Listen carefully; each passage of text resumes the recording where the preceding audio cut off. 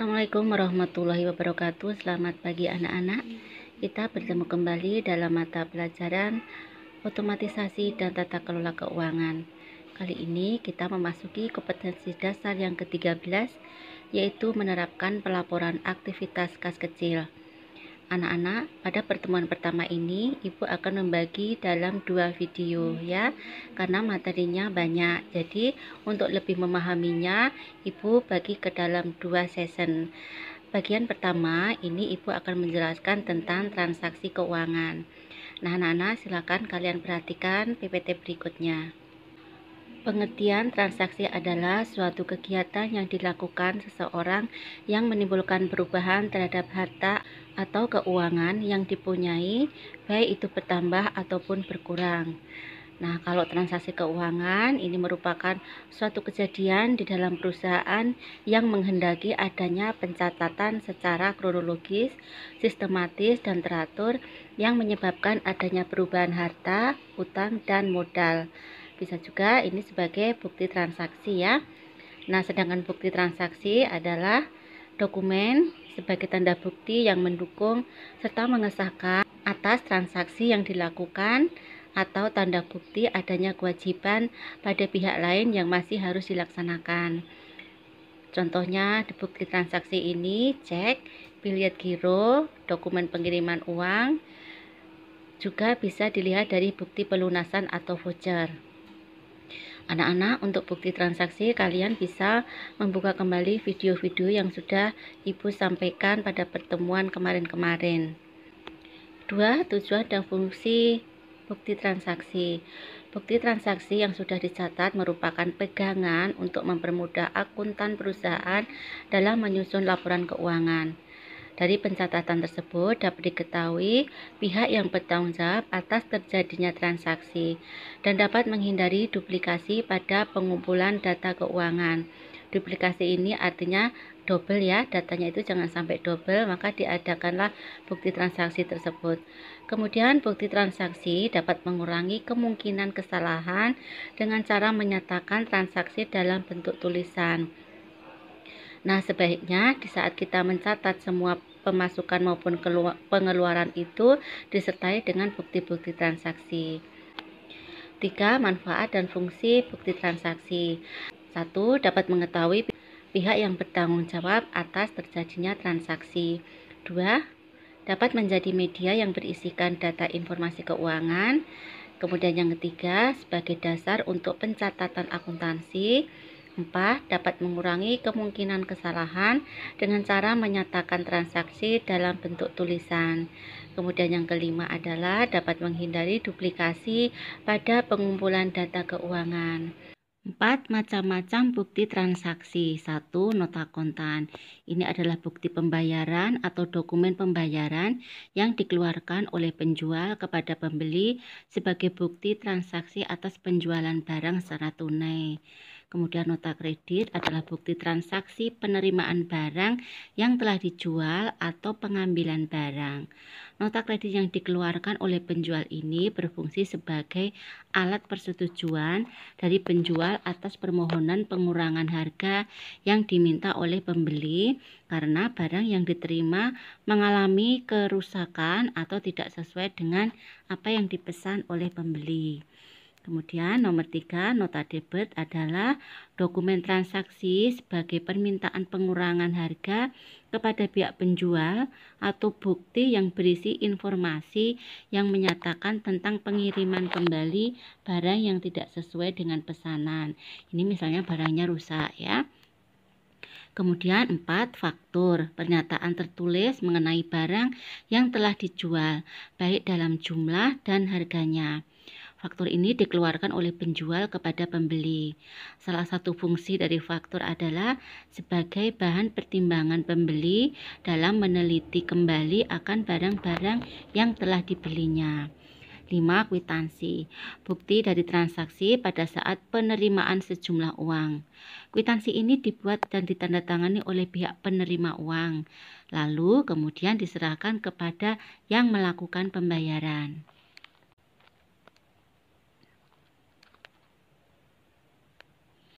6. Cek.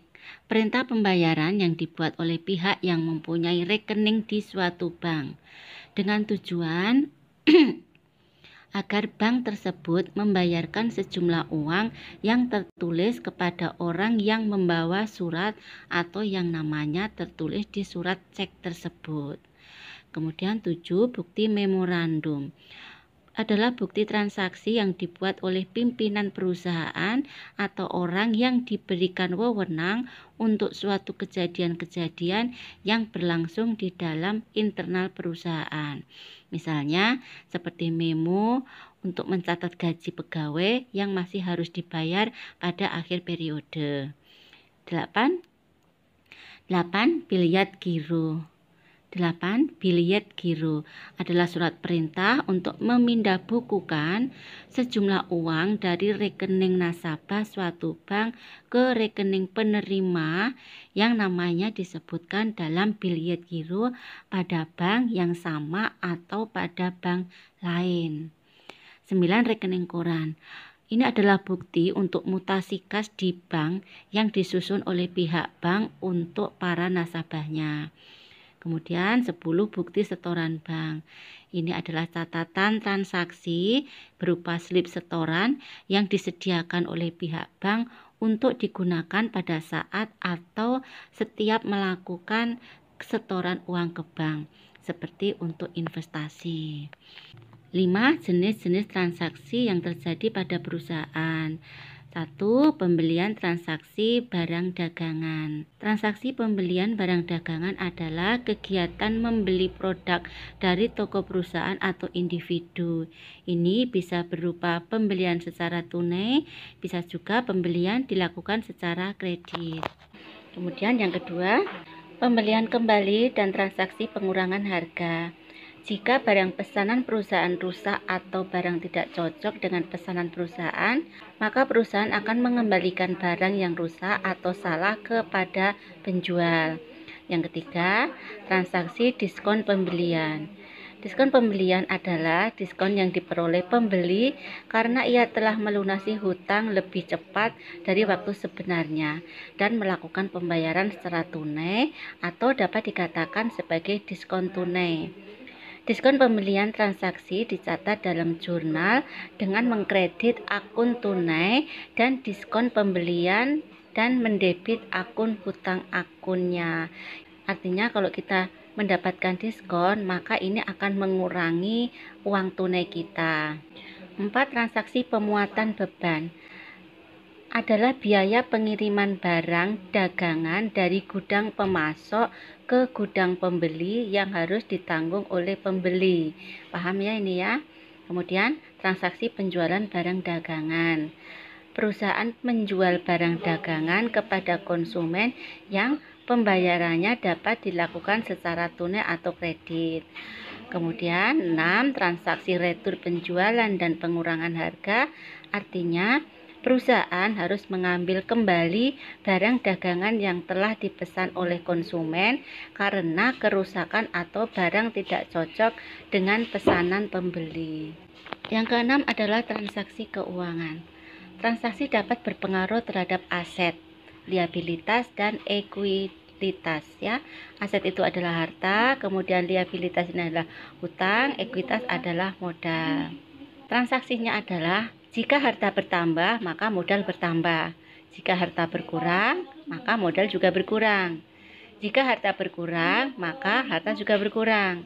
Jika harta bertambah, maka modal juga bertambah. Aset ini adalah harta perusahaan ya, atau sumber daya yang dimiliki perusahaan. Ekuitas ini adalah modal. Modal itu adalah hak atau klaim yang dimiliki perusahaan terhadap sumber daya perusahaan. Liabilitas ini utang atau kewajiban, yaitu hak atau klaim pihak kreditor terhadap sumber daya perusahaan. Nah, ini ada rumus lagi ya. Aset sama dengan liabilitas ditambah ekuitas. Artinya, harta kita sama dengan kewajiban plus modal, atau harta sama dengan utang ditambah dengan modal. Demikian tadi materi yang Ibu sampaikan tentang transaksi keuangan. Silahkan kalian putar-putar kembali untuk lebih jelasnya ya. Kemudian untuk hal-hal yang belum paham, silahkan kalian tanyakan di grup WhatsApp pelajaran. Nanti akan kita bahas bersama-sama. Untuk materi berikutnya, silahkan kalian melihat pada video bagian kedua ya. Baik anak-anak, ibu akhiri materi daring pada pagi hari ini. Assalamualaikum warahmatullahi wabarakatuh. Selamat pagi.